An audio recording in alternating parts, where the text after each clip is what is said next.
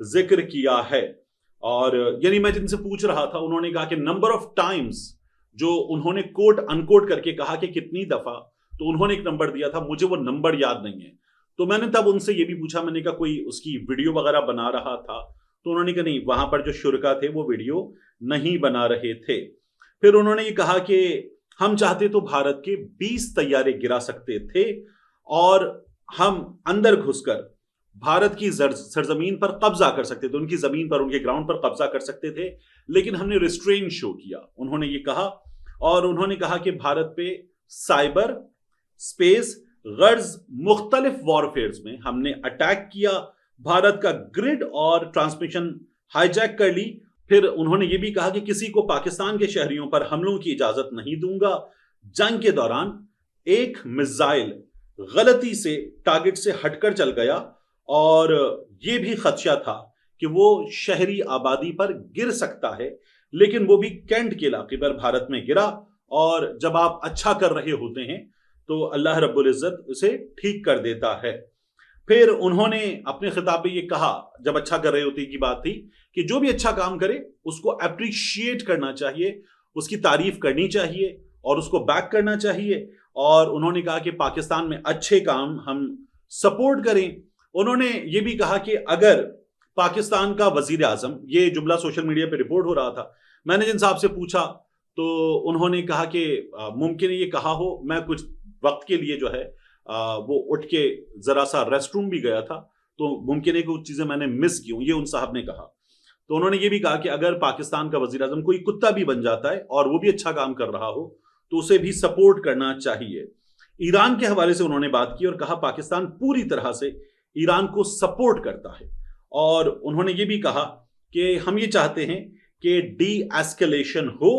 اور انہوں نے بیرون ملک مقیم سمندر پار پاکستانیوں کے حوالے سے بات کی اور انہوں نے کہا کہ اس حوالے سے بہت امپورٹنٹ لا میکنگ ہونے جا رہی ہے اور اس لا میکنگ کی وجہ سے 6 مہینے پاکستان میں رہنے والے کو الیکشن لڑنے کی اجازت مل جائے، یہ بھی کیا جا سکتا ہے.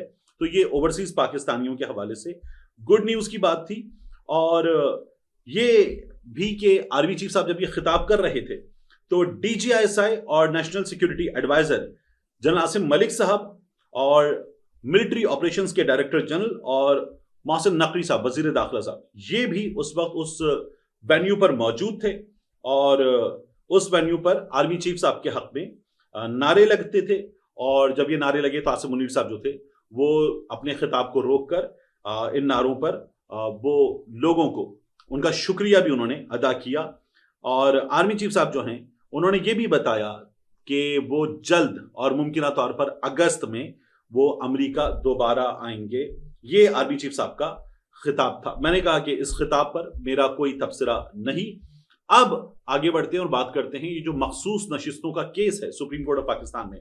آپ نے دیکھا کافی کچھ ہوا ہے اس مخصوص نشستوں کے کیس کی بات، لیکن اس سے پہلے میں چاہوں گا کہ آپ کے سامنے رکھوں چودھری تنویر صاحب کا معاملہ. چودھری تنویر صاحب یہ سابق سینیٹر ہیں مسلم لیگ نون کے. ان پر الزام ہے کہ انہوں نے قتل کیا اپنے رشتہ دار جو غالباً بھانجے بھتیجے بنتے چودھری عدنان، ان کا قتل کروایا. اور اس قتل کے حوالے سے ان پر جو ان کی ضمانت ہے وہ خارج ہوئی اور انہیں گرفتار کیا گیا پولیس کی جانب سے. جب یہ گرفتار کیے گئے تو یہ بیمار ہو گئے اور بیمار ہونے کے بعد راولپنڈی انسٹیٹیوٹ آف کارڈیولوجی وہاں ان کو منتقل کیا گیا گرفتاری کے فوراً بعد. اب اس کیس میں چودھری تنویر صاحب عدالت بھگت رہے ہیں کچھ 2-2.5 سال سے غالباً ہم دیکھ رہے ہیں مسلسل. اور چودھری عدنان صاحب کا قتل ہوا تھا. اس قتل کو انجام دینے والے تھے راولپنڈی اسلام آباد پولیس کے مطابق 2 شارپ شوٹرز. اور یہ جو 2 شارپ شوٹرز ہیں یہ 2 شارپ شوٹرز کراچی واپس چلے گئے. یعنی یہ پتا چل رہا ہے کہ ان کو کراچی سے ہائر کیا گیا تھا، یہ کراچی واپس چلے گئے. ایک بہت زبردست اعزاز رکھنے والے اسلام آباد پولیس کے آفیسر ہیں. میں دوبارہ آپ کو یہ الفاظ کہہ رہا ہوں کہ ایک بہت زبردست اعزاز رکھنے والے اسلام آباد پولیس کے آفیسر ہیں. انہوں نے ان شارپ شوٹرز کو گرفتار کیا کراچی میں اور لے کر پہنچے واپس اسلام آباد. ان سے تفتیش ہوئی. ایک اور شخص ہے انجم نام بتایا جاتا ہے اس کا، وہ گرفتار ہوا. اور اس انجم نے جو ہے وہ یہ بتایا کہ یہ سب کچھ جو ہے، اور دونوں شارپ شوٹرز نے پولیس کے سورسز کے مطابق یہ بتایا کہ یہ قتل جو ہے وہ چودھری تنویر صاحب نے انجام دلوایا، اس کے پیچھے وہ تھے۔ اب اس میں چودھری تنویر صاحب جو ہیں وہ بھی ملوث ہیں، ان کے صاحبزادے بیرسٹر دانیال چودھری جو ہیں، جو اس وقت MNA ہیں، وہ بھی اس میں ملوث ہیں، ان کی غالباً ضمانت ہو چکی ہے۔ چودھری تنویر صاحب کے بھائی ہیں چنگیز، وہ بھی اس میں ملوث بتائے جاتے ہیں۔ ان کے ایک اور عزیز ہیں اسامہ، وہ بھی اس میں ملوث بتائے جاتے ہیں۔ یہ جو انجم ہے، اس کی گرفتاری کے حوالے سے اطلاعات ہیں کہ گرفتاری پولیس نے ظاہر نہیں کی تھی اور غالباً عدالت میں پیش کیا تھا۔ اب یہ اس سائڈ کا ورژن ہے جو تفتیش کا اور پولیس سورسز کا ورژن ہے۔ جو چودھری تنویر صاحب کا ورژن ہے وہ یہ کہتے ہیں ہمیں پھنسایا جا رہا ہے اور ہمارے خاندان کے دیگر لوگ وہ اس میں ضمانت پر ہیں اور اپنی بے گناہی ثابت کریں گے، ہم تمام کے تمام لوگ۔ اور ان کا یہ بھی کہنا ہے کہ پولیس والے کسی ذاتی رنجش کی بنیاد پر یہ سب کچھ ہمارے ساتھ کر رہے ہیں۔ چودھری عدنان جو تھے یہ PTI میں بھی رہے اور انہوں نے آزاد بھی الیکشن لڑا، اور میں آپ کو یہ بھی بتاؤں کہ دونوں چودھری تنویر صاحب کا خاندان بھی اور چودھری عدنان صاحب کا بھی، جو غالباً کچھ mid 40s میں ان کی ایج تھی، یہ دونوں جو ہیں وہ زمینوں کا کاروبار کرتے ہیں، پراپرٹیز کا، اور دونوں راولپنڈی اسلام آباد میں دو بہت بڑے پراپرٹی میں کام کرنے والے ادارے، بہت طاقتور ادارے، ان کو یہ زمینیں سپلائی کرتے ہیں، یعنی ان کو یہ زمینیں فروخت کرتے ہیں۔ یہ چودھری تنویر صاحب کے حوالے سے اپڈیٹ ہے۔ اب وہ بیمار ہو کر کارڈیولوجی پہنچ چکے ہیں۔ اس کے بعد میں آپ سے ایک اور چیز عرض کروں، آخری چیز اس ویڈیو کی، مخصوص نشستوں کا جو معاملہ ہے، اس میں ہم نے یہ دیکھا کہ فیصل صدیقی صاحب نے اپنے دلائل کنکلوڈ کر لیے۔ عدالت میں بہت دلچسپ چیزیں ہوئیں۔ سپریم کورٹ آف پاکستان کو کور کرتی ہیں جیو نیوز کی رپورٹر مریم نواز خان صاحبہ۔ مریم نواز صاحبہ کیا بتا رہی ہیں؟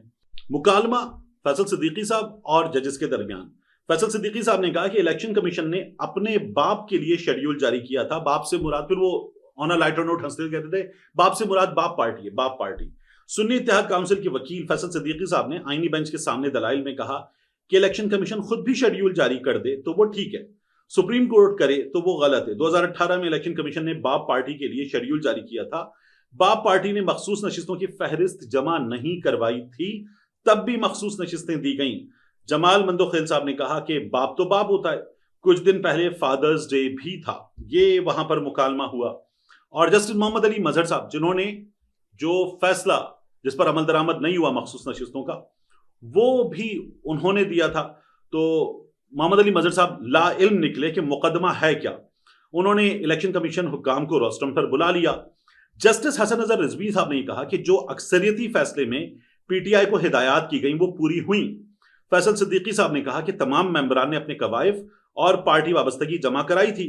سوال تو یہ ہونا چاہیے کہ الیکشن کمیشن نے سپریم کورٹ کے فیصلے پر عمل درآمد کیوں نہ کیا۔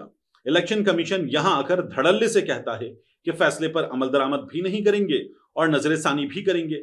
تو جسٹس محمد علی مظہر صاحب نے کہا کہ الیکشن کمیشن نے 39 ممبران کو نوٹیفائی کیا تھا۔ یہ نظر ثانی کیس تو بقیہ 40 نشستوں پر ہے، جس پر جسٹس امین الدین خان صاحب نے کہا کہ نظر ثانی تمام 79 نشستوں کے خلاف ہے۔